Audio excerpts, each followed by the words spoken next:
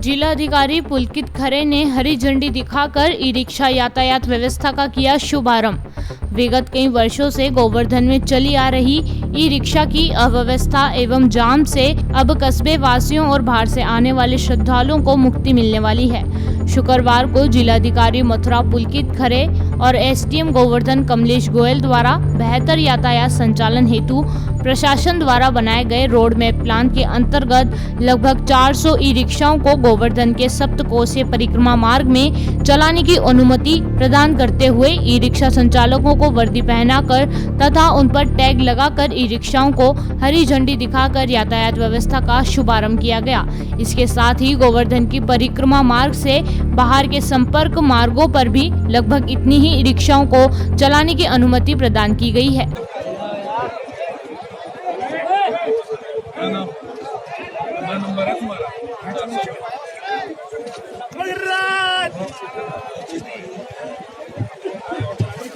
ओम प्रकाश ये गाड़ी पे ऐसा ही वाले ना उसको दूसरे को साफ रहनी चाहिए। बस कहने की बात ये गाड़ी पे पहुंच जाए। महेश पुत्र श्याम सुंदर।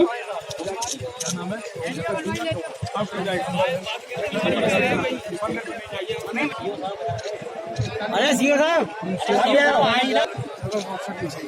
क्या नाम है? किस नंबर को तो पीछे हटाए, ठीक है? मुकेश हरी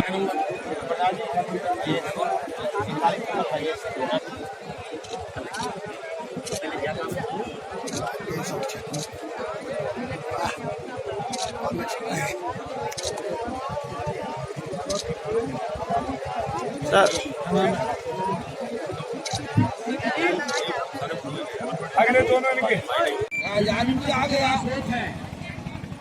हम सब खेत में हम सब किसान हैं ऊपर से आगे बर्बादी इसलिए उसको हटाइए।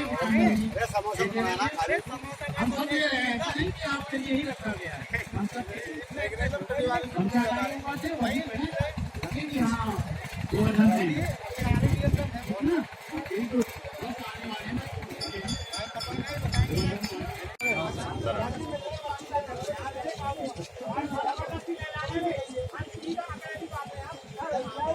क्या नाम है? बनवारी। चलो बनवारी पहला नंबर।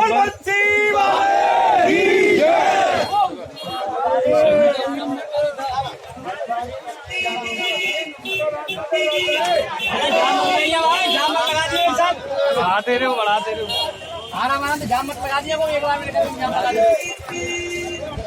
आराम से लेकर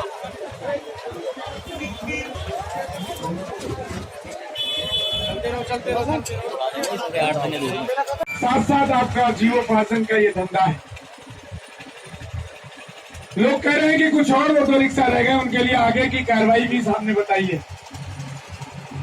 मुझे लगता है कि एक सफल एक्सरसाइज होगी। आपका रूट सिर्फ और सिर्फ परिक्रमा मार्ग होगा। मेरे सभी गिरिराज महाराज को दर्शन कराने वाले हजारों लाखों श्रद्धालुओं की आस्था को सही राह दिखाने वाले भाइयों, सबसे पहले मैं आप सबको प्रणाम करता हूं। अभी सीओ साहब जो बता रहे थे इस बारे में पिछले 2-3 महीनों से चर्चा भी चल रही थी। आप लोगों के साथ बैठक भी हुई होगी, एक नहीं बल्कि कई बैठकें हुई होंगी, क्योंकि जब भी गोवर्धन मेरा आना होता था पिछले 6 महीने में, तो धीरे धीरे मैंने यही समझा कि हम लोग वृंदावन की भी बात करते हैं, पर गोवर्धन में भी परिक्रमा करने वृंदावन से कम लोग नहीं आते हैं। यहाँ वो भीड़ पता नहीं चलती है, क्योंकि परिक्रमा कितने जोन में ये बांटा गया और कितने रिक्शा चलेंगे? गोवर्धन में आज सभी व्यापारी बंधुओं, रिक्शा चालकों, हमारे प्रेस मीडिया के साथियों, सभी के सहयोग से पिछले कई माह से इस पे योजना बन रही थी कि किस तरह यातायात व्यवस्था को बेहतर करा जाए। और यातायात का एक प्रमुख अंग गोवर्धन में ई रिक्शा है। इसको लेके ज़रूरी था कि क्षेत्र को जोन में बांटा जाए और हर जोन पे माननीय एनजीटी के भी ऑर्डर हैं और वहाँ की सीमा को देखते हुए एक संख्या निर्धारित करी जाए।